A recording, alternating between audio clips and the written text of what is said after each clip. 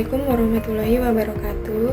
Saya Zahra Siwi Mahiwa dengan NPM 237550007. Di sini saya akan membuat video pembelajaran untuk memenuhi tugas mata kuliah akuntansi sektor publik dengan materi akuntansi pemerintahan dan siklus akuntansi daerah.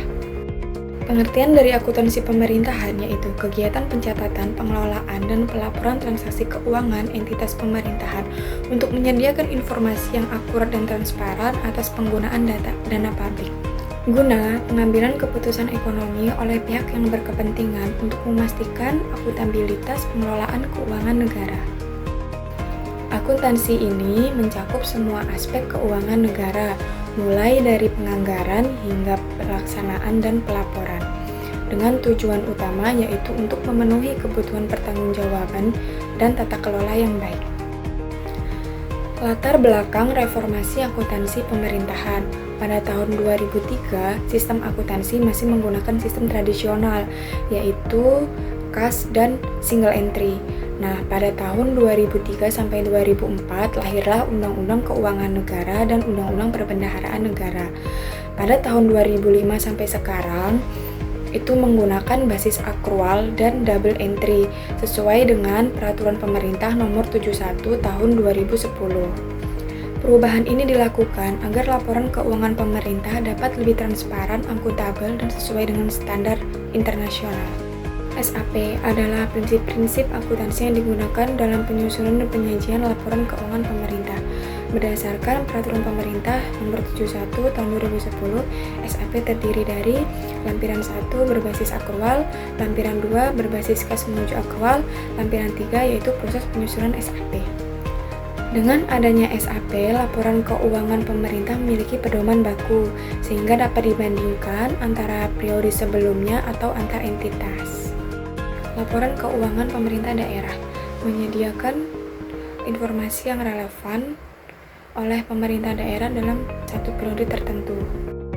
Peranan laporan keuangan daerah yaitu memberikan informasi posisi keuangan daerah, membandingkan realisasi anggaran dengan rencana, menilai efektivitas, efisiensi, dan kepatuhan terhadap peraturan, mewujudkan akuntabilitas, manajemen yang baik, transparansi, dan keseimbangan antar generasi. Adapun tujuan laporan keuangan daerah yaitu menyajikan jumlah dan hasil penggunaan sumber daya, menunjukkan bagaimana kegiatan pemerintahan itu didanai, dan memberikan gambaran perubahan posisi keuangan daerah.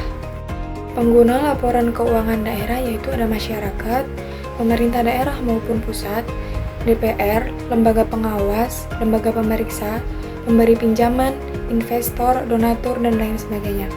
Itu artinya, laporan keuangan pemerintah bukan hanya untuk internal pemerintah, tetapi juga untuk publik. Prinsip akuntansi yang digunakan yaitu basis akuntansi, nilai historis, realisasi, substansi mengunggul di bentuk formal, periodisitas, konsistensi, pengungkapan lengkap, dan penyajian wajar. Struktur laporan posisi keuangan daerah yaitu ada 7. Yang pertama, laporan realisasi anggaran, menunjukkan perbandingan antara anggaran dengan realisasi. Yang kedua, yaitu laporan perubahan saldo anggaran lebih, menunjukkan saldo anggaran lebih. Yang ketiga, yaitu laporan operasional, memberikan informasi tentang pendapatan, beban, surplus, atau defisit operasional. Yang keempat, yaitu laporan perubahan ekuitas, menunjukkan perubahan ekuitas pemerintah daerah. Yang kelima, yaitu neraca, berisi tentang aset, kewajiban, dan ekuitas.